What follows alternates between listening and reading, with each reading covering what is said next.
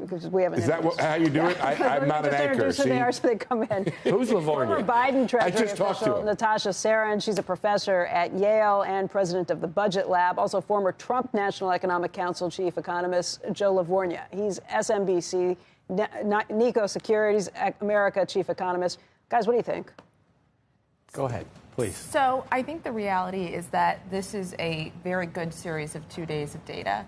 But what the data is telling you is these are March inflation prints. So you're not actually seeing in the data anything about what we saw in the last week, 10 days with respect to Liberation Day. Why did prices come down? Why was inflation dropping that rapidly? What we know, and frankly, I think about this print as almost like the before times.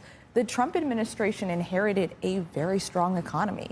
We were on a path to a soft landing. We were in a situation where the Fed had to deal with the last mile with respect to inflation. March is actually, a month and a half after, 2.5 months after they had come in. So they could probably claim victory with some of these numbers.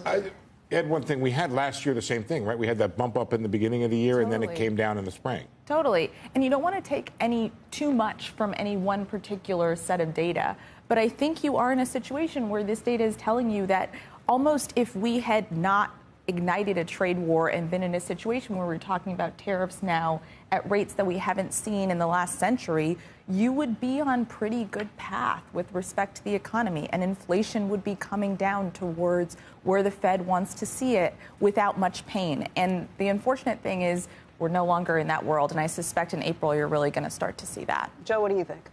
I disagree with Natasha. No, Joe. But let me say a couple of things. The growth profile looked great, but it was built on a 6% plus budget deficit to GDP ratio 2 years in a row with full employment, so it's unsustainable.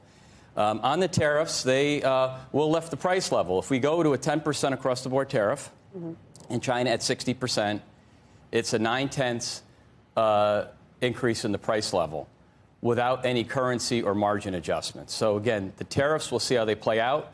It's a negotiation. What everybody's missing here is what's happening with energy, because we're at $60 a barrel on energy. And I think that's largely because OPEC's going to pump more. Energy is going to dominate the inflation landscape over time. It's worth at least a point on headline, and it's why in the later this year I think we get to 2% inflation, because energy costs are a lot lower.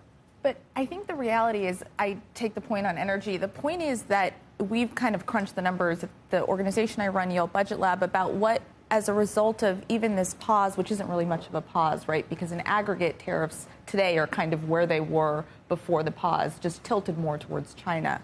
But what you're going to see in the short run is you're going to see prices rise by over 2.5%. And you're going to see for the average 2.5 percentage points. 2.5 percentage points. In addition to the 2% that we have already. And you're going to see, on average, for the American household, prices rise because these are all their consumer goods, right? Prices are going to rise by $4,400. So this is going to be, at least in the short run, very inflationary. And it's kind of interesting to watch because this is an administration that came in on the heels of historic inflation that really drove the American people in significant ways to be concerned about prices.